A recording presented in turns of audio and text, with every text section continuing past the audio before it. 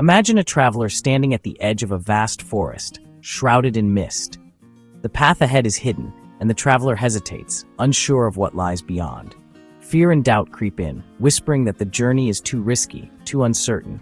But something within them, a quiet voice, urges them forward, promising that the way will become clear as they walk. This is the experience of facing the unknown, the very place where faith, action, and understanding intersect. Jesus' teachings are a guide for those moments, showing us how to confront uncertainty with courage and trust.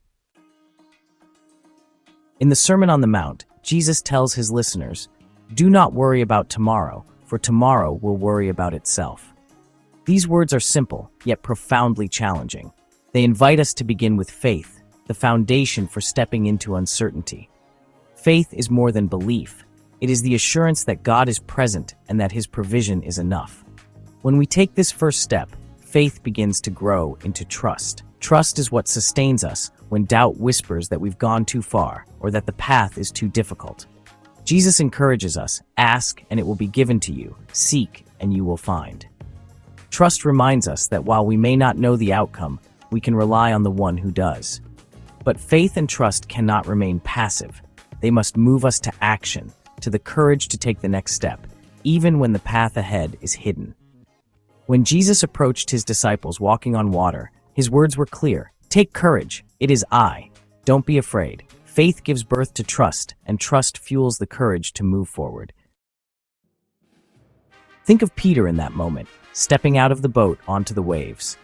His faith was the foundation. His trust kept his eyes fixed on Jesus, and his courage propelled him forward. The triad of faith, trust, and courage forms a dynamic relationship that takes us from internal conviction to external action. It is a pattern, not just for Peter, but for all of us when we face the unknown. Jesus doesn't stop there. His teachings move us from internal resolve to practical engagement with the world around us. Confronting uncertainty begins with a focus on the present moment.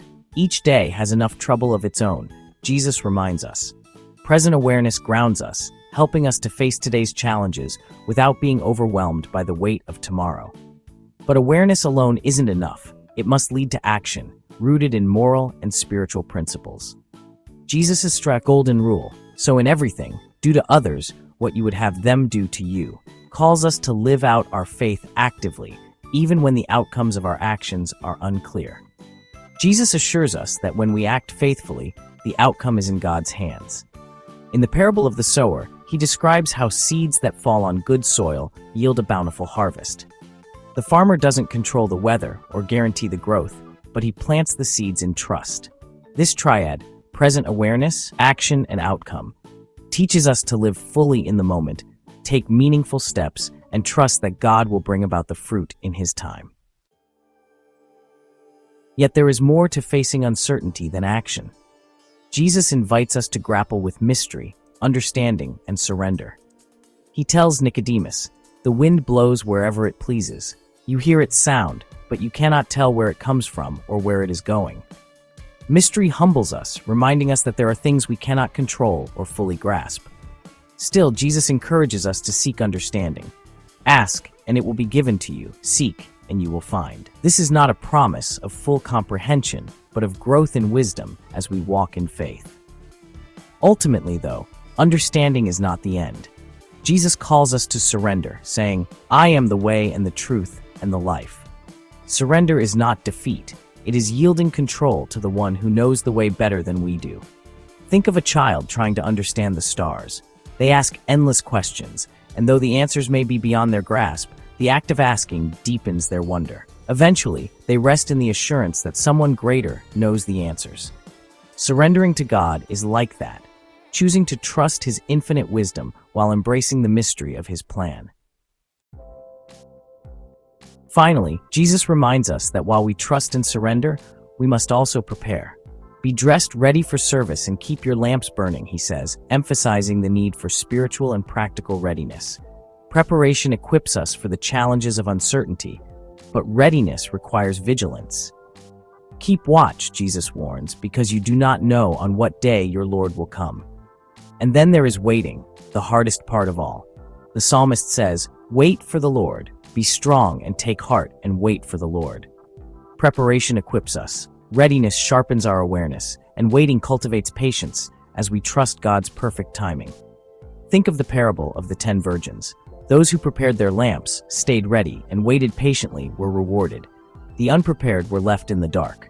This triad, preparation, readiness, and waiting, teaches us how to remain steadfast in hope, even as we long for resolution.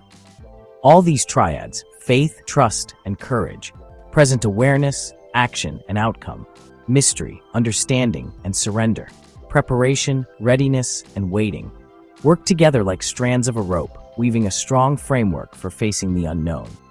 Jesus' teachings are not a series of disconnected instructions, but a harmonious guide to navigating life's uncertainties. As you stand at the edge of your own forest, what will you do? Will you hesitate, held back by fear and doubt, or will you take that first step, trusting the one who walks beside you? The journey into the unknown is not about having all the answers. It's about trusting the one who does. And when we embrace the triads of Jesus' teachings, we find that even in uncertainty, there is peace, purpose, and transformation. So step forward, take courage, trust in the one who calls you by name.